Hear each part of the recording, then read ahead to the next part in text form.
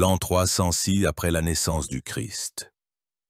Eboracum, avant-poste romain dans le nord glacial de la Bretagne.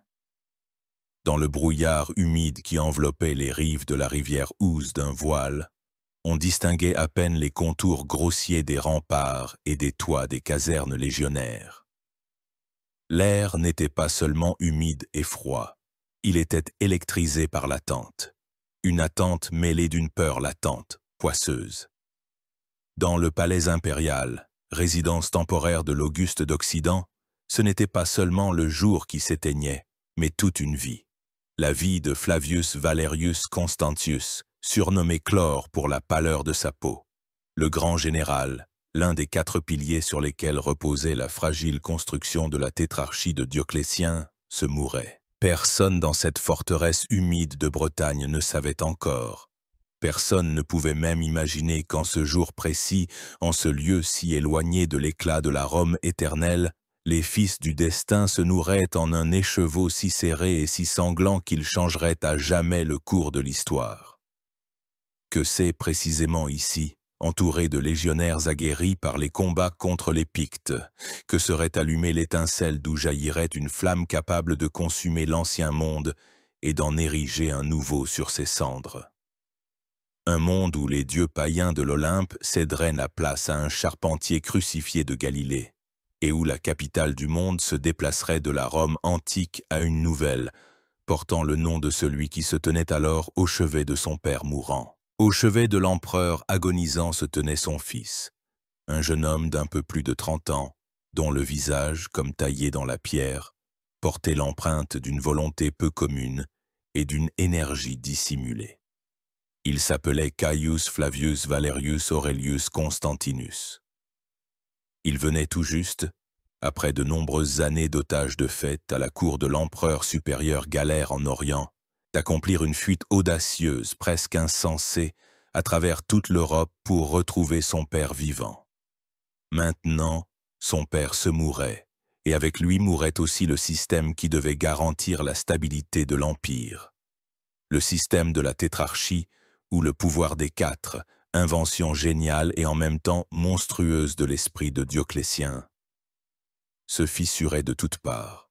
Il avait été conçu pour prévenir les guerres civiles pour le trône, mais c'est précisément maintenant qu'il était sur le point d'engendrer la plus terrible d'entre elles. Une question muette flottait dans l'air, lourde comme une pierre tombale. Qu'allait-il se passer ensuite? Selon les règles du système, la mort de Constance Chlore aurait dû entraîner une transmission du pouvoir strictement réglementée. Mais les règles sont faites pour les temps de paix, et les temps étaient à la loi du plus fort. À Rome, un complot mûrissait. En Orient, le puissant Galère, qui méprisait, et le père et le fils, accumulaient le venin et la rancœur. Et ici, à Eboracum, les légions dévouées à leur général commençaient déjà à murmurer, leur regard se tournant de plus en plus vers le fils de l'Auguste mourant. Ils voyaient en lui non seulement un héritier, mais un nouveau chef capable de les mener à la gloire et, plus important encore, à un riche butin. À ce moment précis, l'histoire s'arrêta, prenant une profonde inspiration avant de plonger dans l'abîme du changement. Au centre de ce tourbillon naissant se tenait un homme dont le nom, Constantin, allait bientôt retentir dans le monde entier, devenant pour les uns un symbole de sainteté et pour les autres un signe de malédiction, un homme destiné à devenir le grand. Avant de suivre Constantin sur son chemin sanglant vers le pouvoir unique, il est nécessaire de comprendre le monde dans lequel il est né et a grandi. Le 3e siècle de notre ère est entré dans l'histoire de Rome comme l'époque des empereurs soldats, un siècle de chaos quasi ininterrompu. L'Empire semblait mortellement malade. En 50 ans, de 235 à 284, plus de 20 empereurs légitimes et d'innombrables usurpateurs se succédèrent sur le trône, et presque tous moururent de morts violentes. Les souverains étaient proclamés et déposés par les légions, qui avaient transformé le manteau de pourpre en un arrêt de mort. l'Empire n'était pas seulement déchiré par des ennemis intérieurs. Ses frontières craquaient sous la pression des tribus barbares. Les Goths, par exemple, franchissaient le Danube et pillaient les Balkans et l'Asie mineure. Les Francs et les Alamans perçaient le Rhin en Gaule. Les Sarmates menaçaient les provinces pannoniennes. À l'est, la puissante Perse sassanide infligeait à Rome des défaites humiliantes, et en 260, l'empereur Valérien fut fait prisonnier par le Shah perse Shapur Huillet, ce qui fut une honte indélébile pour tout l'Empire. L'économie était en ruine, frappée par une inflation galopante. La teneur en argent de la monnaie principale, le denier, était tombée à presque zéro, la transformant en une plaque de cuivre avec une fine couche d'argent.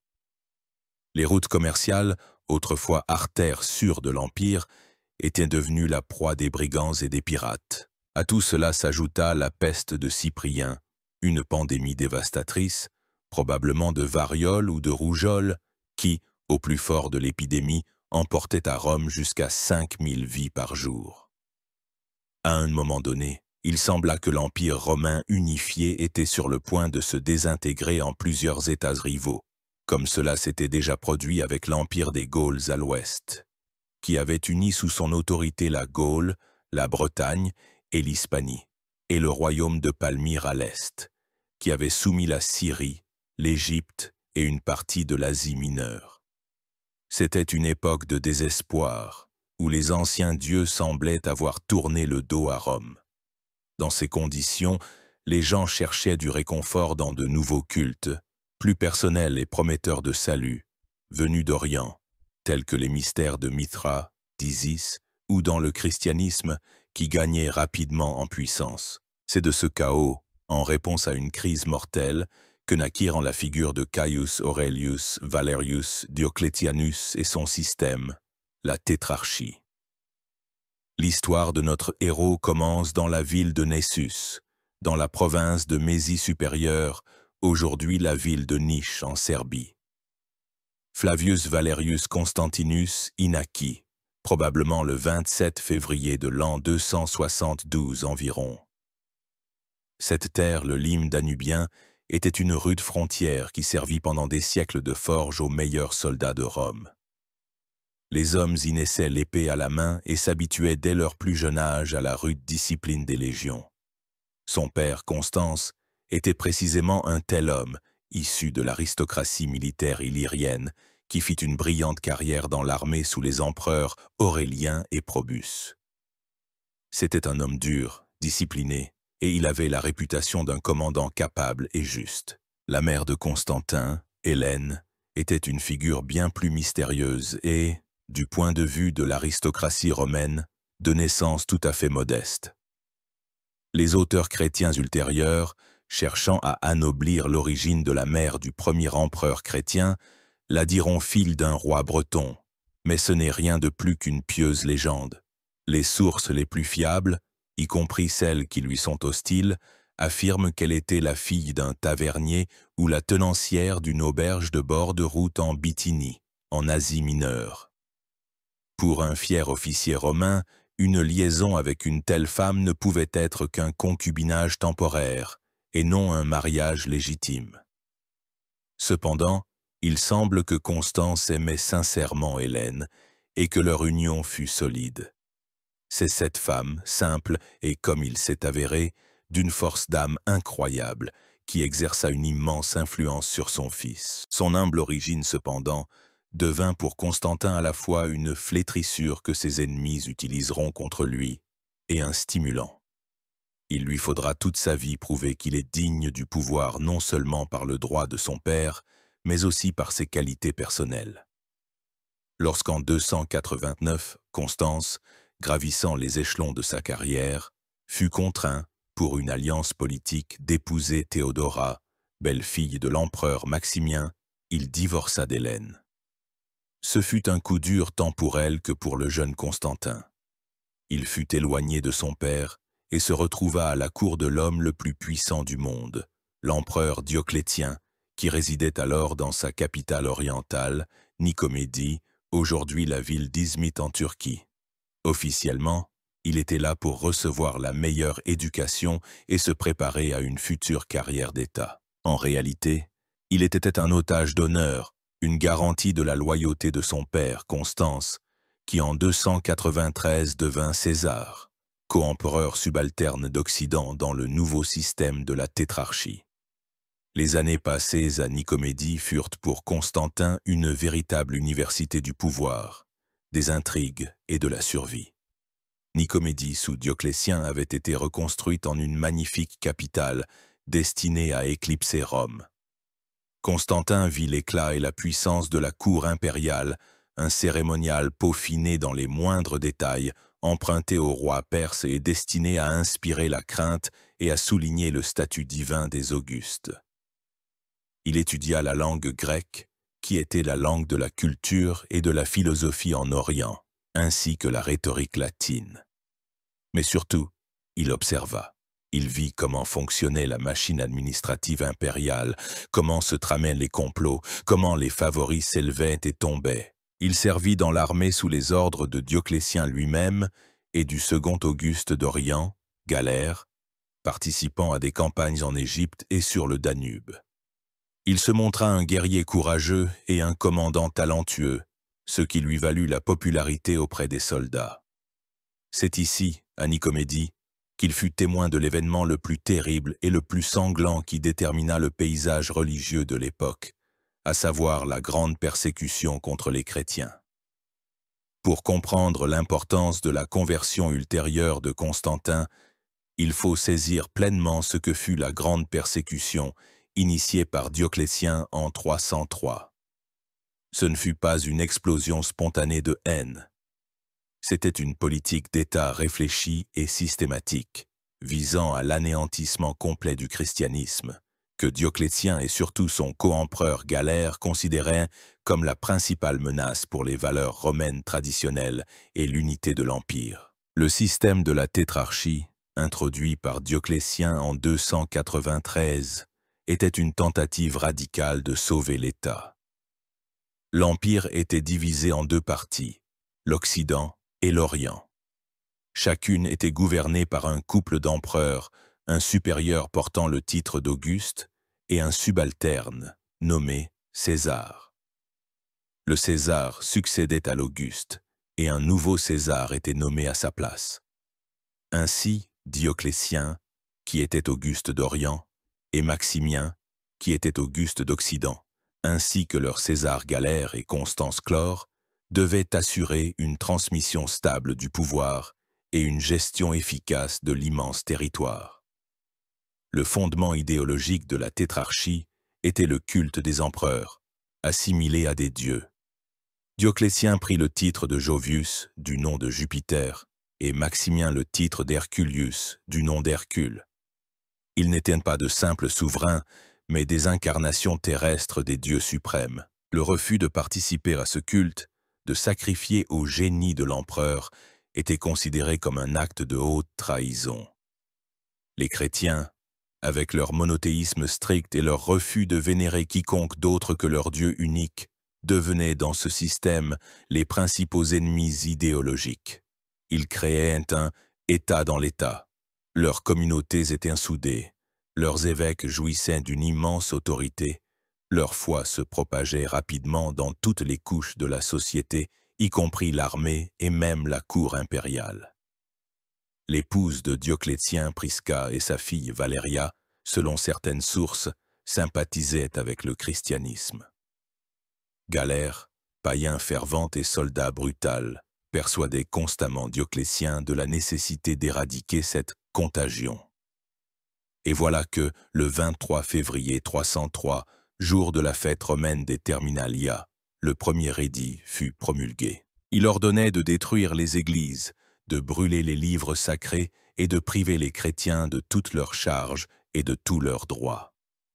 Constantin, qui se trouvait à Nicomédie, vit de ses propres yeux les soldats faire irruption dans la principale église chrétienne de la ville, située sur une colline juste en face du palais impérial, la piller et la rasser.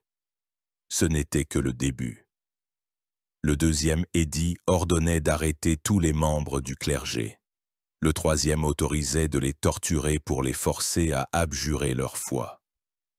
Le quatrième et plus cruel édit, de 304, étendait l'obligation de sacrifier au Dieu à tous les chrétiens sans exception, hommes, femmes et enfants. Ceux qui refusaient étaient voués à une mort atroce. L'Empire plongea dans la terreur. La persécution fut particulièrement féroce en Orient, dans les domaines de Dioclétien et de Galère. Les chrétiens étaient crucifiés, brûlés à petit feu, livrés aux bêtes sauvages. L'historien Eusèbe de Césarée, contemporain des événements, a laissé des descriptions glaçantes de ces exécutions. Il écrivit que certains étaient jetés en pâture aux bêtes sauvages et qu'il avait vu comment ils n'étaient pas simplement traînés, mais projetés en l'air par des machines, de sorte que leurs jambes, leurs pieds et leurs articulations étaient brisées.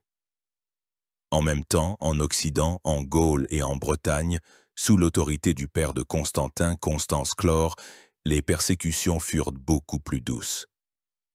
Constance, homme tolérant et sympathisant peut-être du monothéisme solaire, le culte du sol Invictus, se borna à détruire quelques églises, mais ne toucha pas aux personnes. Cette différence de politique entre les pères deviendra un facteur clé qui permettra plus tard à Constantin de se positionner comme le protecteur des chrétiens. Observant tout cela, Constantin tirait ses conclusions. Il voyait non seulement la cruauté des persécutions, mais aussi leur vanité. Il voyait l'incroyable résistance des martyrs, qui suscitait non pas l'horreur, mais l'admiration de nombreux païens. Il comprenait que le christianisme n'était pas une simple secte, mais une force puissante et organisée, qu'il était impossible de détruire par la violence. C'est peut-être alors que germa dans son esprit pragmatique l'idée que cette force pouvait être non pas détruite, mais utilisée. En 305, un événement inouï dans l'histoire romaine se produisit. Dioclétien, fatigué du pouvoir et souffrant d'une maladie, abdiqua volontairement à Nicomédie et força son co-empereur Maximien à faire de même à Milan. Le pouvoir passa alors César. Galère devint Auguste d'Orient et Constance Chlore devint Auguste d'Occident. Selon la logique du système et les attentes générales, les nouveaux Césars auraient dû être Constantin et Maxence, le fils de Maximien. C'est ce que tout le monde attendait. Mais Galère, qui haïssait et craignait Constantin en raison de sa popularité et de ses capacités, imposa son choix. Les nouveaux Césars furent ses protégés, à savoir Flavius Sévère en Occident et Maximin d'Aïa en Orient, son propre neveu. Pour Constantin, ce ne fut pas seulement une humiliation, mais une menace de mort. Il restait à la cour de Galère en position d'otage, et sa vie ne tenait qu'à un fil. Son père, Constance, loin en Gaule, envoyait à Galère des lettres demandant de laisser son fils le rejoindre, prétextant sa santé fragile et le besoin d'aide pour la campagne à venir en Bretagne. Galère refusa longtemps, mais finit par céder, sous la pression des circonstances, et peut-être, ne souhaitant pas une rupture ouverte avec Constance, il donna à contre-cœur son autorisation. La légende raconte que Galère signa le sauf-conduit le soir, comptant annuler son ordre le matin ou envoyer des poursuivants après Constantin. Mais Constantin n'était pas si simple. Ayant reçu l'autorisation, il s'enfuit la nuit même. Il galopa vers l'ouest sur les principales routes impériales, utilisant le système des relais de poste de l'État. À chaque relais, il changeait ses chevaux fatigués contre des frais et estropiait les autres, leur coupant les jarrets pour qu'on ne puisse le poursuivre. Ce fut une course désespérée vers la liberté et le pouvoir à travers toute l'Europe. Il arriva à temps. Il retrouva son père à Bononia, aujourd'hui Boulogne, juste avant son départ pour une expédition contre les Pictes et les Scots en Bretagne. Père et fils, séparés pendant de nombreuses années, se retrouvèrent enfin. Ensemble, ils traversèrent la Manche, menèrent une campagne militaire réussie au nord de l'île, atteignant le mur d'Antonin. Mais la santé de Constance était minée. Le 25 juillet 306, il mourut à Eboracum. Avant de mourir, selon les sources loyales à Constantin, Constance proclama son fils unique héritier du titre d'Auguste. Mais même si c'était le cas, selon les lois de la tétrarchie, cela n'avait aucune valeur. Le pouvoir aurait dû revenir au César sévère. Cependant, les légions stationnées en Bretagne, y compris la célèbre Legio Ses Victrix, avaient leur propre opinion. Les soldats, que Constance avait généreusement récompensés et qui admiraient le courage et la générosité de son fils, ne voulaient pas voir comme souverain un lointain et inconnu sévère. Immédiatement après la mort de Constance, à l'initiative du chef Germain au service de Rome, le roi des Alamins Crocus, ils proclamèrent Constantin Auguste et le hissèrent sur leur bouclier, le revêtant de la pourpre impériale. C'était un acte de haute trahison, un défi direct au système de la tétrarchie et personnellement à l'homme le plus puissant de l'Empire, Galère. La guerre civile était devenue inévitable. Constantin, cependant, fit preuve non seulement d'audace, mais aussi d'une ruse surprenante pour un jeune usurpateur. Il envoya à Galère son portrait lauré, mais non en tant qu'Auguste, mais comme pour demander une reconnaissance.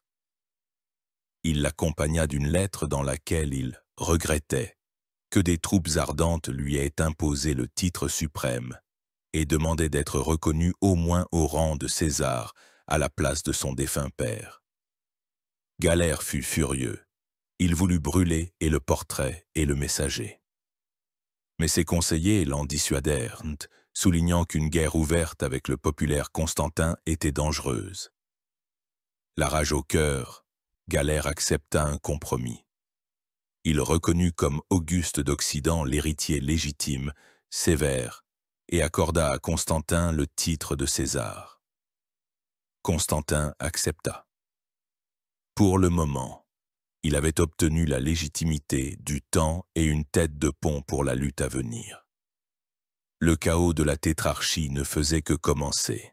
La pourpre impériale, autrefois symbole d'un pouvoir inébranlable et d'un ordre divin, était devenue à cette époque un piège mortel. Le système de Dioclétien, conçu pour mettre fin aux usurpations, en engendra un nombre sans précédent. Quiconque disposait de légions et d'ambition pouvait désormais aspirer au pouvoir suprême. Rome, le cœur antique de l'Empire, se sentait humilié. Elle n'était plus la capitale, car les empereurs gouvernaient depuis Trêves, Milan, Nicomédie, mais pas depuis la ville éternelle. La garde prétorienne, qui avait autrefois fait et défait les empereurs, avait été privée de ses privilèges. Pire encore, Galère avait l'intention d'imposer aux habitants de Rome, jusqu'alors exempts d'impôts directs, une capitation et un impôt foncier, comme de simples provinciaux. Cette humiliation ne pouvait durer éternellement. Et tandis que Constantin consolidait son pouvoir en Gaule, combattant les Francs sur le Rhin et se forgeant une réputation de souverain juste, à Rome, son principal adversaire se préparait à entrer en scène. Le 28 octobre 306, 3 mois seulement après la proclamation de Constantin comme empereur, une rébellion éclata à Rome. Les prétoriens mécontents de la politique fiscale et blessés dans leur orgueil de connivence avec la noblesse romaine proclamèrent empereur Maxence, fils du vieil empereur Maximien Hercule, contraint à la retraite. Maxence était tout le contraire de Constantin. Les auteurs antiques le décrivent comme efféminé, cruel, enclin au luxe et à la tyrannie, mais il sut néanmoins jouer habilement sur les sentiments des Romains, promettant de rendre à la ville sa grandeur passée. Son règne à Rome et en Italie fut marqué non seulement par l'abolition des impôts au nid de Galère, mais aussi par une tyrannie croissante. Les auteurs chrétiens l'accusaient de débauche et d'enlèvement des épouses de sénateurs, et les païens de superstition et de cruauté démesurée. Il lança à Rome un vaste programme de construction, érigeant la grandiose basilique qui portait son nom et un immense cirque. Mais il finançait cela par des confiscations et des prélèvements forcés, s'aliénant ainsi et la noblesse et le peuple. Ainsi, en 312, il apparaissait aux yeux de beaucoup non pas comme le sauveur de Rome, mais comme son oppresseur, ce qui donnait à Constantin une justification morale idéale pour l'invasion. Galère ordonna à l'Auguste légitime, Sévère, de réprimer la rébellion.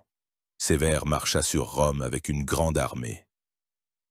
Mais il y subit un échec. Beaucoup de ses soldats avaient servi auparavant sous les ordres du père de Maxence, Maximien. Pour renforcer la position de son fils, le vieil empereur Maximien revêtit de nouveau la pourpre. Corrompus par les agents de l'usurpateur et ne voulant pas se battre contre leur ancien commandant, les troupes de Sévère passèrent du côté des rebelles. Sévère s'enfuit dans la forteresse imprenable de Ravenne, où il fut assiégé, et croyant aux fausses promesses de Maximien de lui laisser la vie sauve, se rendit. Il fut emmené à Rome comme prisonnier et contraint peu après de se suicider. La mort de l'Auguste légitime porta un coup dévastateur à l'autorité de Galère. C'est alors que Galère lui-même entra en scène. En 307, il mena personnellement une immense armée en Italie pour venger Sévère et écraser Maxence. Mais lui aussi connut l'échec. Maxence, ayant fortifié Rome et utilisant la tactique de la terre brûlée, évitait une bataille décisive. Les soldats de Galère, manquant de ravitaillement et tentés par de généreuses promesses, commencèrent à déserter. Craignant de subir le sort de Sévère, Galère fut contraint de se retirer honteusement d'Italie. Dans ce jeu complexe, Constantin se montra extrêmement prudent. Tandis que Galère et Maxence s'affaiblissaient mutuellement, il renforçait sa frontière du Rhin, construisait des villes. C'est alors que fut posée la fondation de la future Trêve comme magnifique résidence impériale, et se forgeait une réputation de protecteur des provinces. Maxence, cherchant des alliés, offrit à Constantin la main de sa sœur Fausta et le titre d'Auguste. Constantin accepta. Ce mariage dynastique renforçait sa légitimité. En 307, un mariage somptueux eut lieu à Trêve, auquel assista également le vieux Maximien. Constantin devint officiellement le gendre de la famille impériale herculéenne. Cependant, cette alliance était vouée à l'échec.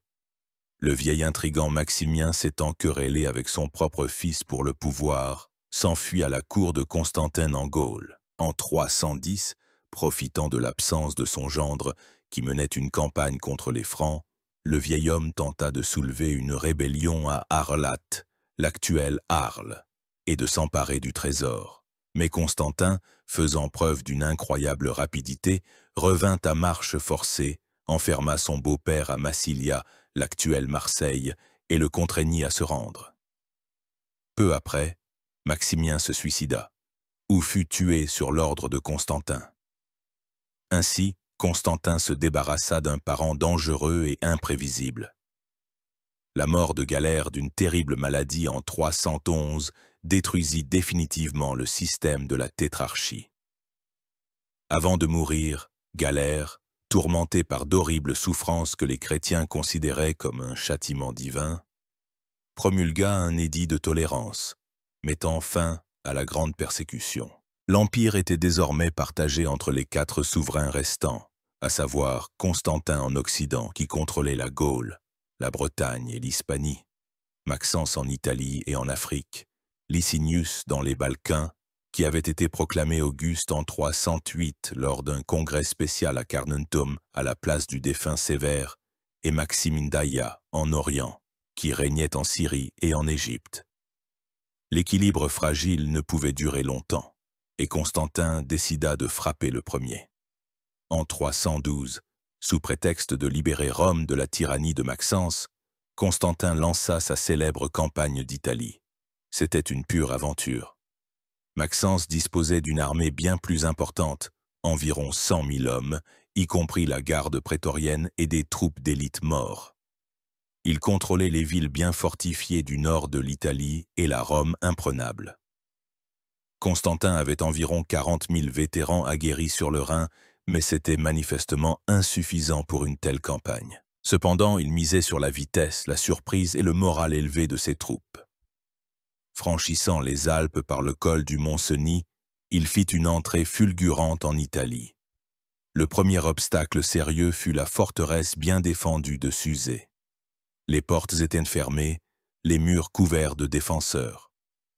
Constantin ordonna de mettre le feu aux portes et se lança le premier à l'assaut. La ville tomba. Poursuivant sa route, il arriva à Turin, où il affronta la cavalerie lourde de Maxence, les cataphractaires, cuirassés de la tête aux pieds ainsi que leurs chevaux. Constantin utilisa une tactique astucieuse. Ses fantassins, armés de lourdes massues à tête de fer, se glissaient sous les chevaux, frappant non pas les cavaliers, mais leurs montures, et brisant les rangs de la cavalerie cuirassée. La victoire de Turin lui ouvrit la route de Milan. La bataille la plus sanglante de cette campagne eut lieu près de Vérone. C'est là que se tenait l'un des meilleurs généraux de Maxence, Ruricius Pompeianus. Vérone était entourée par le fleuve Adige, ce qui la rendait presque imprenable. Constantin assiégea la ville, tandis que Pompeianus réussit à s'échapper, à rassembler une nouvelle armée et à frapper les assiégeants sur leurs arrières. Constantin se retrouva pris entre deux feux. Faisant preuve d'un génie tactique prodigieux, il divisa son armée, laissant une partie pour poursuivre le siège, et avec ses meilleures forces, il se retourna et attaqua l'armée de Pompeianus. La bataille fut incroyablement acharnée et dura toute la nuit. Constantin combattit personnellement au premier rang, inspirant ses soldats. Au matin, l'armée de Pompeianus était écrasée, et lui-même était tombé au combat. Vérone se rendit. La voie vers Rome était ouverte. Maxence, qui s'était jusqu'alors terré dans la capitale, commit une erreur fatale. Au lieu de continuer à utiliser l'avantage des murs imprenables de Rome et d'attendre que l'armée de Constantin s'épuise dans un siège, il décida, sous l'influence de présages défavorables et des murmures des Romains qui l'accusaient de lâcheté, de livrer une bataille générale. Il fit sortir ses troupes de la ville et les fit traverser le Tibre sur un pont de bateau construit à côté de l'ancien pont Milvius. Il était absolument certain de sa victoire. Mais la veille de cette bataille, le 27 octobre 312, un événement se produisit qui allait changer à jamais non seulement le destin de Constantin, mais aussi celui de tout le monde occidental. Le monde était au seuil de la plus grande révolution religieuse. Mais cette révolution avait besoin de son chef terrestre, d'une épée qui lui frayerait le chemin. Et voilà que, sur les rives du Tibre, où deux armées romaines devaient s'affronter, ce ne furent pas seulement deux prétendants au trône qui se rencontrèrent. Ce furent deux époques. La vieille Rome païenne, qui se fiait aux augures tirés des entrailles des animaux et à la volonté des dieux capricieux de l'Olympe, et le monde chrétien naissant, qui puisait sa force dans la foi en un Dieu unique et tout-puissant. Et à ce moment précis, comme l'affirment les historiens chrétiens, les cieux donnèrent un signe destiné à un seul homme, de la décision duquel dépendait le sort de millions de personnes. Sur ce qui s'est exactement passé la veille de la bataille, il existe deux versions principales, toutes deux provenant de personnes de l'entourage immédiat de Constantin. La première appartient au rhéteur Lactance, qui écrivit son ouvrage « Sur la mort des persécuteurs », quelques années seulement après les événements. Il rapporte que, pendant la nuit, en songe, il fut ordonné à Constantin de faire inscrire sur les boucliers de ses soldats le signe céleste de Dieu, puis d'engager le combat. La seconde version, plus tardive et bien plus célèbre, appartient à l'évêque Eusèbe de Césarée, qui écrivit la « Vie de Constantin après la mort de l'empereur ». Eusèbe affirme avoir entendu cette histoire de Constantin lui-même, confirmée par un serment. Selon ce récit, alors qu'il était en marche vers Rome, en plein jour, Constantin et toute son armée virent dans le ciel, au-dessus du soleil, un signe de croix, formé de lumière, et à côté une inscription en grec, qui en latin se lit « In hoc signo vinces » et en français Par ce signe, tu vaincras. Cette vision le frappa, et la nuit suivante, le Christ lui-même lui apparut en songe, lui ordonnant de fabriquer un étendard de guerre semblable à celui qu'il avait vu dans le ciel, et de l'utiliser comme protection dans les batailles. Cet étendard reçut le nom de Labarum. Il s'agissait d'une longue lance avec une barre transversale, d'où pendait un morceau de tissu de soie. Au sommet de la lance se trouvait le monogramme du nom du Christ, composé des deux lettres grecques chi et rho, superposées. Qu'était-ce en réalité? Un miracle? Une hallucination d'un général fatigué? Un phénomène atmosphérique, tel qu'un parélie ou un halo solaire qu'un général pragmatique interpréta à son avantage? Ou un calcul psychologique et politique subtil? Les historiens en débattent encore aujourd'hui. Les sceptiques soulignent que Constantine continua jusqu'à la fin de sa vie à utiliser également la symbologie païenne, en particulier son protecteur personnel, le soleil invaincu. Le monogramme Chi-Rho pouvait aussi être compris comme une abréviation du mot grec « kreston », qui signifie « bon » ou « favorable ». C'était peut-être un coup de génie, car pour les soldats chrétiens, et ils étaient déjà nombreux dans l'armée, c'était le signe du Christ, et pour les païens, un simple présage favorable. Mais quoi qu'il en soit, Constantin fit son choix. Il mit tout en jeu, sa vie et son empire, liant son destin au Dieu des chrétiens. Le 28 octobre 312, les armées s'affrontèrent au pont Milvius. L'armée de Maxence occupait une position désavantageuse, étant adossée au Tibre. Constantin, dont les guerriers étaient galvanisés par le nouvel étendard et la foi en une aide divine, déchaîna sur l'ennemi toute la puissance de sa cavalerie et de son infanterie aguerrie. La bataille fut acharnée, mais bientôt les troupes de Maxence fléchirent et commencèrent une retraite désordonnée vers le pont de bateaux qu'ils avaient eux-mêmes construit. Dans la terrible bousculade, le pont ne résista pas et s'effondra, entraînant avec lui dans les eaux troubles du Tibre des centaines de soldats. Maxence lui-même, tentant de s'enfuir, se noya également dans le fleuve. Le lendemain, son corps fut retrouvé, sa tête coupée et promenée sur une pique dans les rues de Rome, preuve irréfutable de la victoire de Constantin et de la mort du tyran. Constantin entra à Rome en triomphateur. Le Sénat s'empressa de le déclarer auguste supérieur. En l'honneur de sa victoire fut érigé le célèbre arc de Constantin qui existe encore aujourd'hui. Il est à noter qu'il ne porte aucun symbole chrétien explicite, mais une inscription proclamant que la victoire a été remportée par l'inspiration de la divinité. Cette formulation ambiguë reflète parfaitement la politique de Constantin lui-même à cette période. Il licencia la garde prétorienne, la privant à jamais de son influence politique. Il devint le maître incontesté de l'Occident. Mais en Orient, il avait encore des rivaux. Le drame de la tétrarchie n'était pas encore terminé. La victoire du pont Milvius fit de Constantin le maître de la moitié occidentale du monde romain. En Orient, après la mort de Maximin Daia en 313, qui avait été vaincu par Licinius, tout le pouvoir se concentra entre les mains de ce dernier. Pour un temps, un duumvirat s'installa dans l'Empire. Les deux empereurs, Constantin et Licinius, scellèrent leur alliance par un mariage, Licinius épousant la sœur de Constantin, Constantia. La paix semblait revenue, mais deux natures aussi ambitieuses et avides de pouvoir étaient à l'étroit dans un seul empire. Deux soleils ne peuvent briller en même temps dans le même ciel. Leur alliance n'était donc qu'une trêve temporaire avant l'affrontement final et décisif pour le pouvoir unique sur tout le monde romain.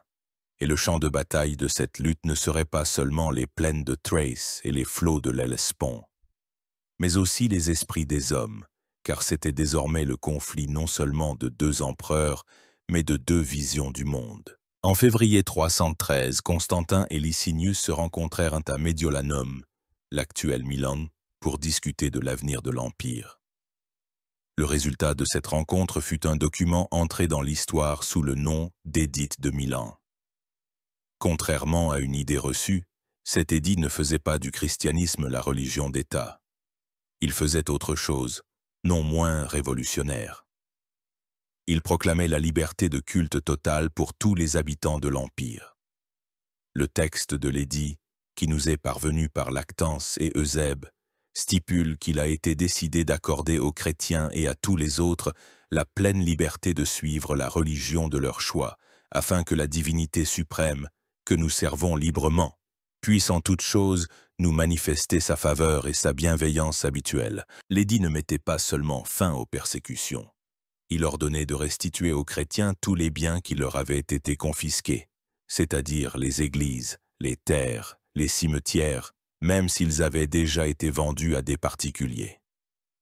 C'était un document d'une incroyable sagesse politique. Constantin comprenait qu'il était impossible et dangereux d'interdire simplement le paganisme, religion de la grande majorité de la population et de toute la vieille aristocratie. Au lieu de cela, il plaça le christianisme sur un pied d'égalité avec les autres cultes, tout en le distinguant clairement. Il parlait de la divinité suprême au singulier, ce qui pouvait être compris aussi bien par les philosophes païens enclins au monothéisme que par les chrétiens. Il s'assura la loyauté de la partie la plus active, la plus soudée et la plus en croissance de la société.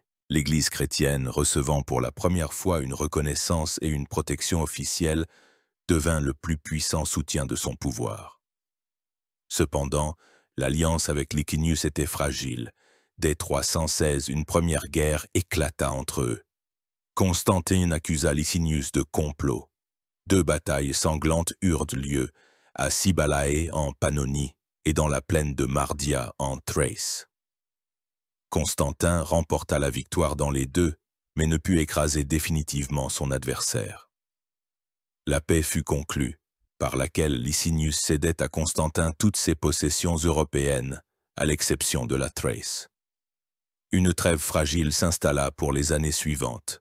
Pendant ces années, Constantin s'occupa activement de renforcer sa partie de l'Empire.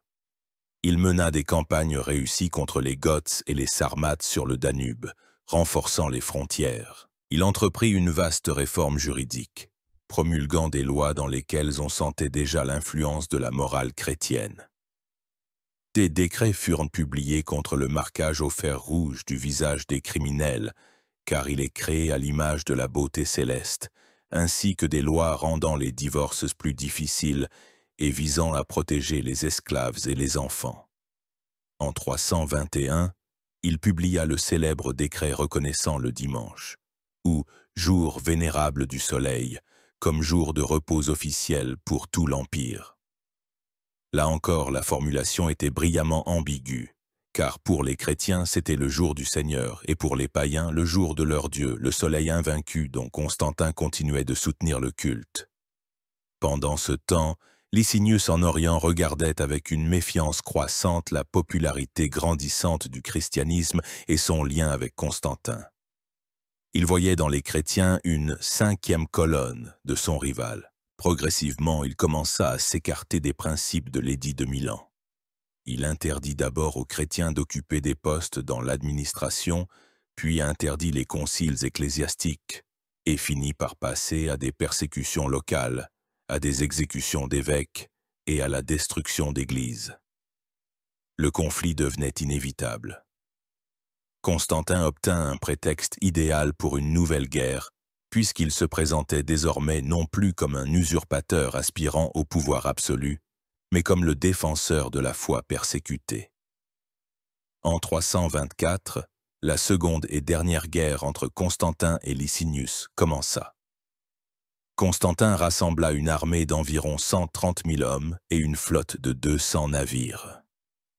Les forces de Licinius étaient encore plus importantes, environ 165 000 soldats et 350 navires. C'était un choc de titans. Le 3 juillet 324, près de la ville d'Andrinople en Thrace, eut lieu la bataille terrestre décisive. L'armée de Licinius occupait une position forte sur une colline derrière une rivière. Constantin, faisant de nouveau preuve d'astuce tactique, traversa secrètement la rivière avec un petit détachement en un point inattendu et frappa l'ennemi de flanc, provoquant la panique. Simultanément, ses forces principales, sous l'étendard du Labarum, franchirent la rivière et attaquèrent de front. La bataille fut incroyablement sanglante. Les sources parlent de dizaines de milliers de morts. L'armée de Licinius fut complètement écrasée, et lui-même s'enfuit sous la protection des murs de la puissante forteresse de Byzance. L'issue de la guerre se jouait désormais sur mer. La flotte de Constantin, sous le commandement de son fils aîné Crispus, un jeune général talentueux, affronta la flotte bien plus nombreuse de Licinius dans le détroit de l'Hellespont, aujourd'hui connu sous le nom de Dardanelles. Au cours d'une bataille navale de 2 jours, Crispus, utilisant la maniabilité de ses navires plus petits et plus légers, les Liburnes, infligea une défaite écrasante à la flotte imposante de l'ennemi. Licinius, privé de soutien maritime, fut contraint de fuir Byzance pour l'Asie mineure. La dernière bataille eut lieu le 18 septembre 324 à Chrysopolis, sur la rive asiatique du Bosphore. Constantin fit traverser son armée et écrasa de nouveau les restes des troupes de Licinius. Celui-ci s'enfuit à Nicomédie, où il se rendit bientôt à la merci du vainqueur, croyant aux supplications de sa femme Constantia, sœur de Constantin, qu'il aurait la vie sauve. Constantin l'exila d'abord à Thessalonique, mais quelques mois plus tard, l'accusant d'un nouveau complot, il le fit exécuter. Désormais, après près de 2 décennies de guerres civiles incessantes, il ne restait plus qu'un seul empereur dans l'Empire romain. Constantin avait atteint le sommet du pouvoir.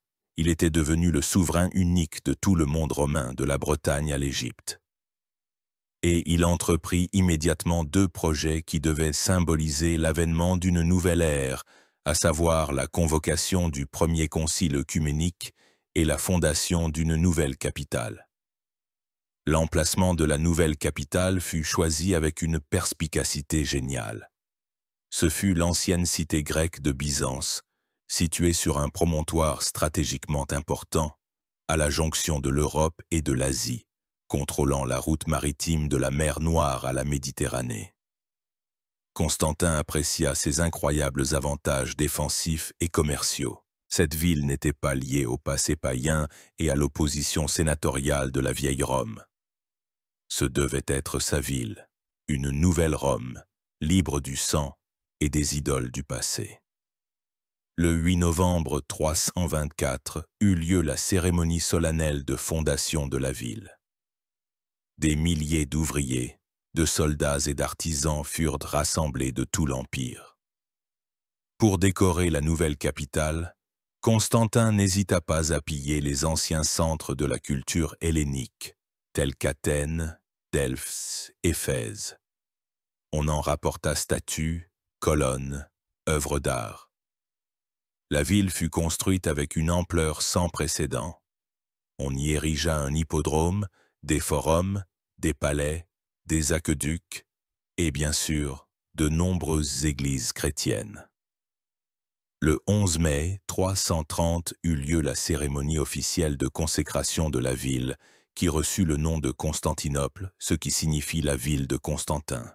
Elle s'était destinée pendant 1000 ans à être la capitale de l'Empire romain d'Orient, ou byzantin, la ville la plus grande et la plus riche du monde chrétien. Ayant remporté la victoire sur les champs de bataille, Constantin se heurta à un ennemi bien plus perfide et insaisissable, à savoir la division au sein même de l'Église chrétienne qu'il avait choisie comme soutien. Il aspirait à l'unité de l'Empire, mais découvrit que les chrétiens, unis dans leur foi en Christ, se livraient à des disputes acharnées sur sa nature. D'Alexandrie, centre intellectuel de l'Orient, se propageait dans tout l'Empire la doctrine du prêtre Arius, qui menaçait de faire éclater l'Église de l'intérieur.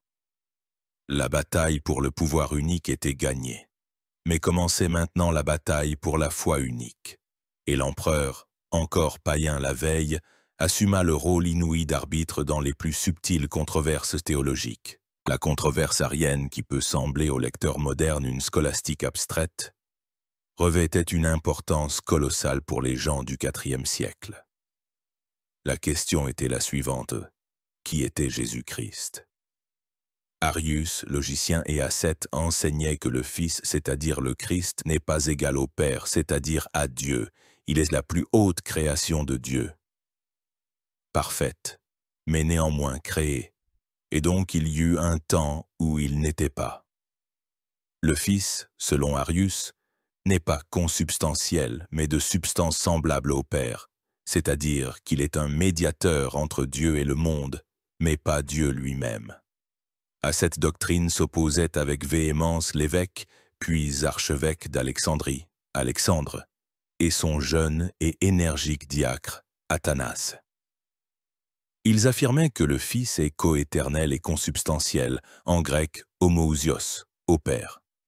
C'est-à-dire que le Christ n'est pas une créature, mais Dieu au même titre que le Père, d'une seule et même substance. Accepter la doctrine d'Arius signifiait, selon eux, détruire le fondement même du christianisme, la doctrine de l'incarnation et du salut. Si le Christ n'est pas vraiment Dieu, son sacrifice sur la croix n'a pas de valeur rédemptrice pour toute l'humanité. La querelle dépassa rapidement les limites d'Alexandrie. Les évêques de Syrie, de Palestine, d'Asie mineure s'y impliquèrent. L'Église était au bord du schisme.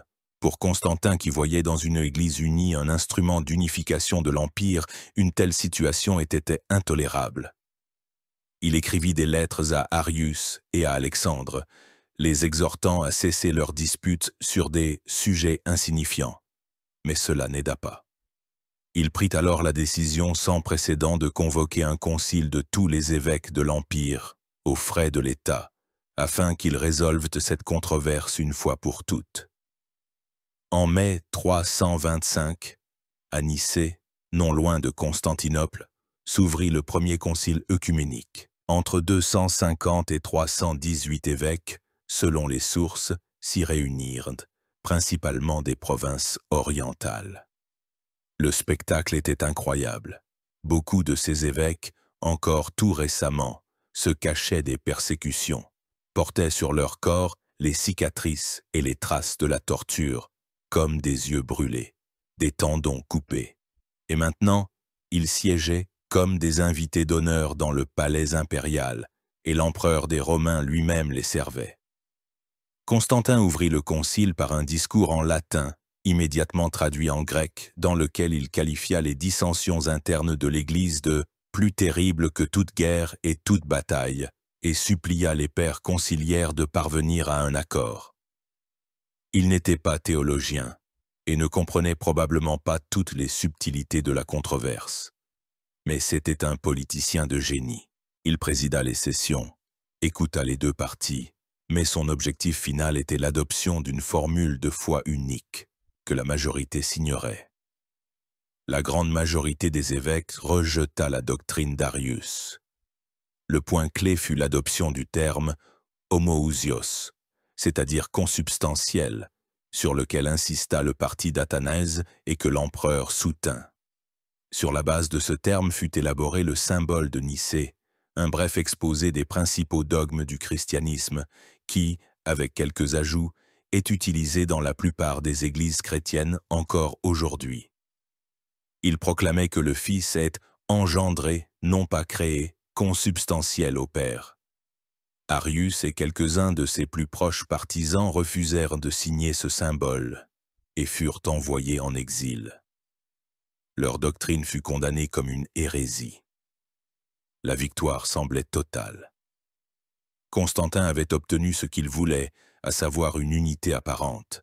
Cependant, en réalité, le concile de Nicée ne mit pas fin, mais ne fit que commencer les controverses ariennes qui allaient déchirer l'Église pendant plus d'un demi-siècle. Constantin lui-même, dans les dernières années de sa vie, sous l'influence de son entourage, y compris sa propre sœur Constantia, s'adoucira envers les Ariens et rappellera même Arius d'exil. Mais le précédent était créé. Désormais, l'empereur se considérait en droit d'intervenir dans les affaires de l'Église, et l'Église, à son tour, dépendait de plus en plus de la volonté de l'empereur. L'alliance du trône et de l'autel, qui déterminera le destin de Byzance et de toute l'Europe médiévale, était scellée. Au sommet de sa puissance, ayant atteint tout ce dont un mortel pouvait rêver, devenu le souverain unique du monde et le protecteur d'une nouvelle religion victorieuse, Constantin se heurta à un ennemi contre lequel ni les légions ni les présages ne peuvent rien. Cet ennemi se cachait dans sa propre maison, dans sa propre famille.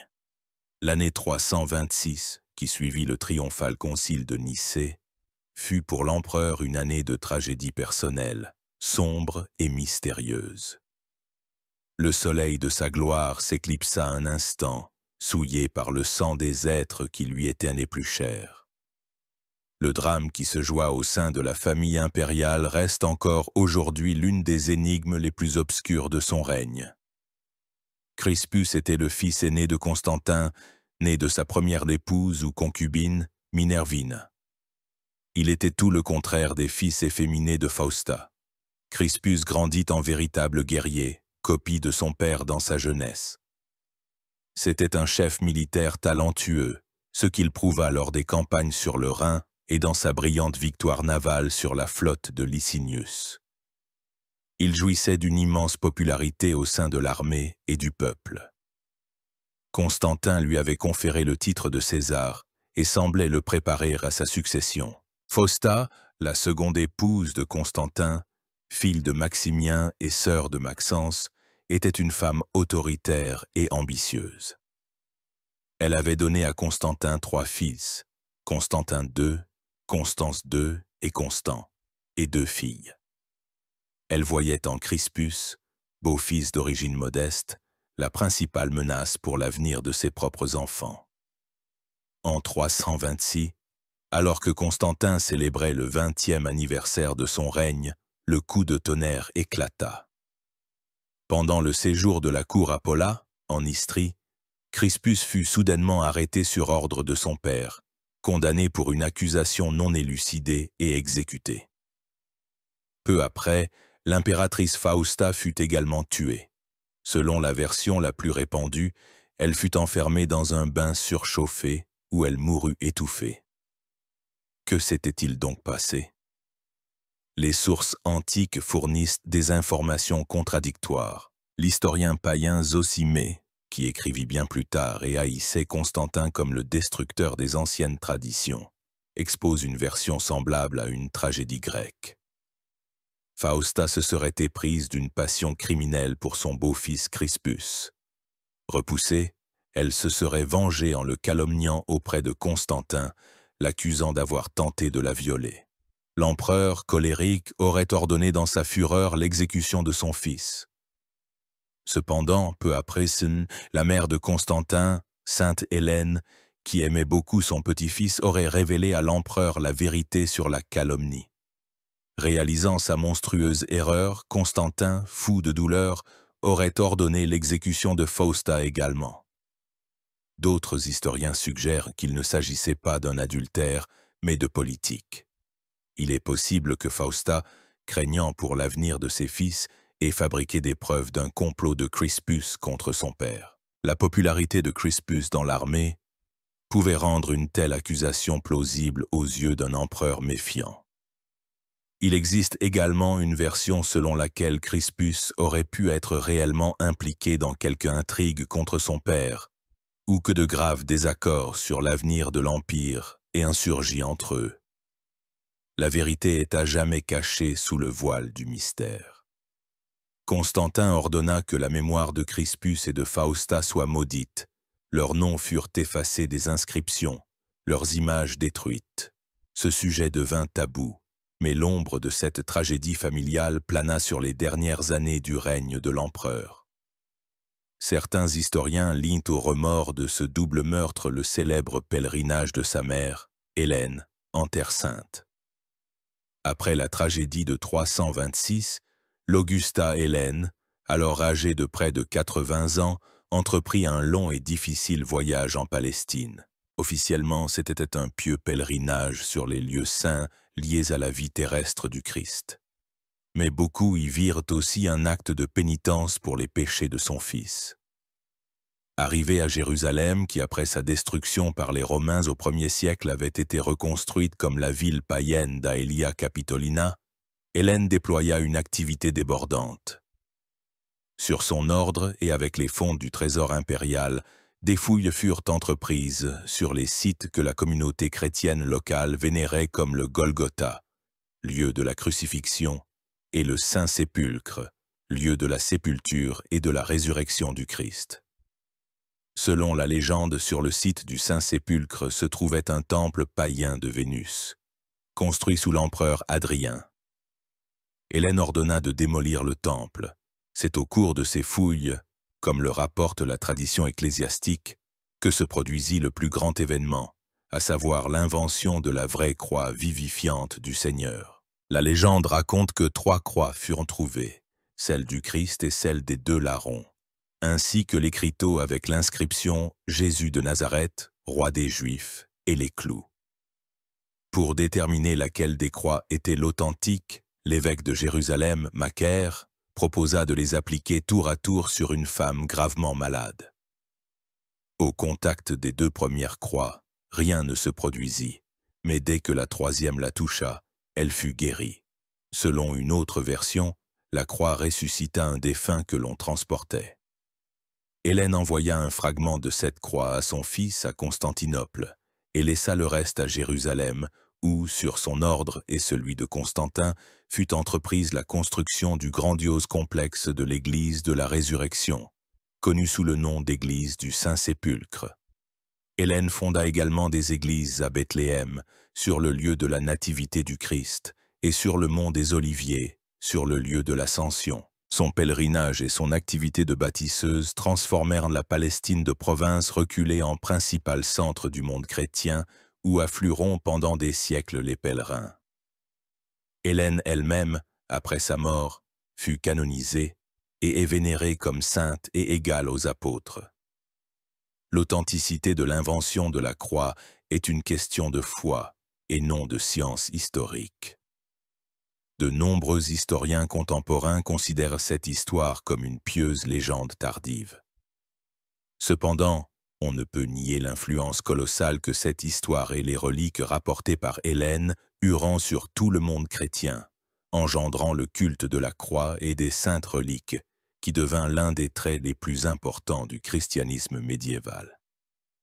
Ayant accompli tout ce qui semblait possible, et même plus, ayant redessiné la carte du monde, la foi et les lois, Constantin arriva à sa dernière frontière. Son empire, unifié par le fer et la foi, s'étendait des brumes de la Bretagne aux sables de l'Arabie. Sa nouvelle capitale brillait sur le Bosphore, éclipsant la vieille Rome. Mais même les grands ne peuvent échapper à leur destin. Dans les dernières années de sa vie, son regard était tourné vers l'Orient, vers l'ennemi ancestral de Rome, l'empire perse des Sassanides. Il préparait une campagne grandiose, rêvant peut-être de répéter ou même de surpasser la gloire d'Alexandre le Grand. Mais c'est au seuil de cette dernière guerre que la maladie le rattrapa. Le crépuscule de la vie du grand empereur fut aussi symbolique que tout son destin, car il survint en Orient, d'où était venue sa nouvelle foi et où s'était déplacé le centre de son nouvel empire. La dernière décennie du règne de Constantin fut une période de réforme à grande échelle, destinée à consolider le nouvel ordre qu'il avait créé. Dans le domaine militaire, il acheva le processus de division de l'armée en 2 parties, commencé sous Dioclétien. Des armées de campagne mobiles, ou comitatus, furent créées, composées des meilleures unités d'élite et placées sous le commandement direct de l'empereur. Elles devaient servir de force de frappe, capables de se déplacer rapidement vers n'importe quel point de l'Empire pour repousser une invasion majeure ou réprimer une rébellion. Aux frontières, en revanche, servaient les troupes frontalières, ou limitanei, composées d'unités moins combatives mais plus nombreuses, qui étaient souvent aussi des paysans miliciens ayant reçu des terres en échange de leurs services. La logique stratégique de cette réforme était double. Premièrement, les limitanais servaient de sorte de fil-piège. une première ligne de défense qui devait contenir les petits raids et ralentir une invasion majeure jusqu'à l'arrivée de l'armée principale. Deuxièmement, et ce n'était pas moins important, la concentration des troupes d'élite dans les comitatus sous le contrôle personnel de l'empereur réduisait le risque d'usurpation du pouvoir par les gouverneurs de province et les généraux, ce qui avait été le fléau du IIIe siècle. Ce système, bien que critiqué par certains pour avoir affaibli la défense des frontières, se révéla assez efficace et perdura sous une forme ou une autre pendant plusieurs siècles. Dans le domaine administratif, il sépara définitivement le pouvoir civil et militaire, ce qui devait réduire le risque d'usurpation par les chefs militaires. Une hiérarchie complexe de fonctionnaires civils fut créée, dirigée par les préfets du prétoire. Tout l'Empire fut divisé en plusieurs grandes préfectures, celles-ci à leur tour en diocèses et les diocèses en provinces. Ce système bureaucratique lourd deviendra l'une des caractéristiques de l'Empire romain tardif et byzantin. Dans le domaine financier, sa principale réalisation fut l'introduction d'une nouvelle monnaie d'or, le solidus. Contrairement aux monnaies d'argent et de bronze constamment dégradées et dévaluées, le solidus conserva sa pureté et son poids pendant près de 7 siècles, devenant une sorte de dollar de l'Antiquité et du Moyen Âge. Cela stabilisa l'économie, mais imposa en même temps un lourd fardeau fiscal à la population, car les impôts devaient désormais être payés en or. Cela créa une économie duale. Les finances de l'État, l'armée et le grand commerce opéraient avec un or stable, tandis que la vie quotidienne des gens simples, en particulier à la campagne, continuait de dépendre d'une monnaie de cuivre dévaluée. Pour les petits propriétaires terriens et les artisans, la nécessité de payer des impôts en solidi, difficiles à obtenir, signifiait souvent la ruine et la servitude pour dette. Les réformes les plus controversées et les plus débattues concernaient sa politique religieuse. Constantin fut-il un véritable chrétien ou un pragmatique cynique qui utilisa l'Église à ses propres fins? Cette question n'aura probablement jamais de réponse univoque. D'une part, il dota généreusement l'Église de terres et de privilèges, exempta le clergé d'impôts, construisit de magnifiques églises. Sa législation portait l'empreinte de la morale chrétienne. D'autre part, il porta jusqu'à la fin de sa vie le titre païen de grand pontife. Ses monnaies continuèrent d'arborer des dieux païens, en particulier le soleil invaincu, et il ne reculait pas devant la cruauté et la perfidie lorsqu'il s'agissait de renforcer son pouvoir. La vérité se situe probablement quelque part entre les deux. Sa foi personnelle était très probablement syncrétique, mêlant des idées chrétiennes à des éléments de monothéisme solaire et à des conceptions romaines traditionnelles de la protection divine. Il voyait dans le Dieu chrétien le plus puissant de tous les dieux, celui qui lui avait accordé la victoire et le pouvoir. Il soutenait l'Église non seulement par calcul politique, mais aussi par une foi sincère en sa puissance divine. Mais en même temps, il restait un empereur romain, pour qui la valeur suprême était l'unité et le bien de l'État, et il était prêt à utiliser tous les moyens pour atteindre ce but. En 337, alors qu'il se préparait à une campagne contre le roi perse Shapur II, qui avait commencé à persécuter les chrétiens sur ses terres, Constantin tomba malade. Il se rendit à la ville d'Hélénopolis en Bithynie pour profiter des eaux thermales locales, mais son état ne s'améliora pas. Sentant la mort approcher, il décida de recevoir le baptême. Le fait même qu'il ait retardé son baptême jusqu'à son lit de mort ne doit pas surprendre. Au IVe siècle, c'était une pratique courante. On croyait que le sacrement du baptême lavait tous les péchés commis par une personne jusqu'à ce moment. C'est pourquoi beaucoup, en particulier les personnes dont la vie était liée à la violence et à des décisions politiques complexes, comme un empereur, préféraient se faire baptiser le plus tard possible afin de se présenter devant Dieu entièrement purifié. Il fit venir plusieurs évêques et leur demanda de lui administrer le sacrement. Il est à noter que ce fut Eusèbe de Nicomédie, l'un des chefs du parti arien, que Constantin avait précédemment exilé puis rappelé à la cour, qui le baptisa. Ainsi, par une ironie du sort, le grand protecteur du concile de Nicée et défenseur de la consubstantialité fut baptisé par un hérétique arien. Après son baptême, il retira la pourpre impériale et revêtit les habits blancs d'un néophyte, qu'il garda jusqu'à sa mort. Il mourut à midi le jour de la Pentecôte, le 22 mai 337, dans la villa impériale d'Achiron, près de Nicomédie. Son corps fut transporté à Constantinople et enterré avec une pompe sans précédent dans un sarcophage au centre du mausolée de l'église des 12 apôtres. Il fut placé au milieu de 12 cénotaphes, ou tombeaux symboliques, des apôtres, se plaçant ainsi en quelque sorte à leur rang. Plus tard, l'Église d'Orient lui décernera le titre d'égal aux apôtres et le comptera au nombre des saints.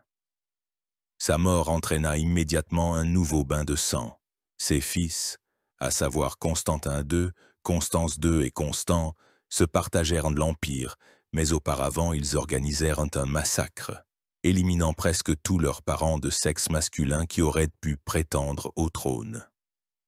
La paix et l'unité auxquelles Constantin avait consacré toute sa vie se révélèrent fragiles et éphémères. Alors, qui était Constantin le Grand? La réponse dépend de la personne à qui vous la posez. Pour les historiens chrétiens, comme Eusèbe, il était l'élu de Dieu, un nouveau Moïse qui avait fait sortir le peuple de Dieu de l'esclavage des persécutions et avait accordé à l'Église paix et prospérité. C'était un saint, le 13e apôtre, dont le règne fut une intervention directe de la Providence dans l'histoire humaine. Pour ses adversaires païens, comme l'historien Zosime, il était un tyran sanguinaire, un parjure, l'assassin de son propre fils et de sa femme. C'était un apostat qui avait trahi les anciens dieux qui avaient protégé Rome pendant 1000 ans et qui avait ainsi attiré sur l'Empire la colère des cieux et causé son déclin et sa chute ultérieure. Pour les penseurs de la Renaissance et des Lumières, comme Edward Gibbon, il était avant tout un politicien génial, mais impitoyable et cynique. Un homme qui avait pris conscience de la force du christianisme en tant qu'idéologie unificatrice et l'avait magistralement utilisé pour atteindre et conserver le pouvoir absolu. La science historique contemporaine, évitant les jugements extrêmes, voit en lui une figure complexe, contradictoire et véritablement titanesque, se tenant à la plus grande fracture des époques. Il fut le produit de son temps cruel, de l'époque des empereurs-soldats, et il agit selon ses méthodes, c'est-à-dire par la perfidie, la violence, la ruse. Mais en même temps, il possédait un flair historique incroyable, qui lui permit de voir l'avenir. Il comprit que le vieux monde païen se mourait, et qu'une nouvelle force, à savoir le christianisme, prenait sa place. Et il ne lutta pas contre ce courant comme ses prédécesseurs, mais tenta de le diriger et de l'orienter dans la direction qui lui convenait. Son héritage est colossal et multiforme. Il mit fin aux persécutions contre les chrétiens et transforma une secte persécutée en la force la plus influente de l'Empire. Ce pas détermina toute l'histoire ultérieure de l'Europe et du monde. Il fonda Constantinople, la Nouvelle Rome, qui fut pendant 1000 ans le centre de la civilisation chrétienne orientale et le bouclier de l'Europe contre les invasions orientales. Il jeta les bases du modèle byzantin de la symphonie, ou union du pouvoir séculier et spirituel, qui devint un modèle pour de nombreux États du Moyen-Âge, y compris l'ancienne Russe. Il n'était pas un saint au sens hagiographique du terme. C'était un homme de chair et de sang, avec ses passions, ses péchés et ses tragédies. C'était un guerrier cruel, un politicien rusé et peut-être l'assassin de ses propres parents.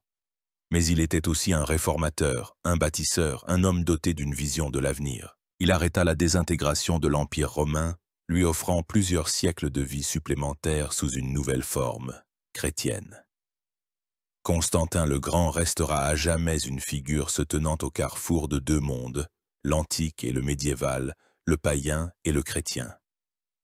Il n'a pas simplement observé le changement d'époque, Il en a été le principal architecte, l'accoucheur et le premier souverain. Et l'écho de ses actes, accomplis dans le lointain IVe siècle, résonne encore dans les couloirs de l'histoire, façonnant le monde dans lequel nous vivons aujourd'hui.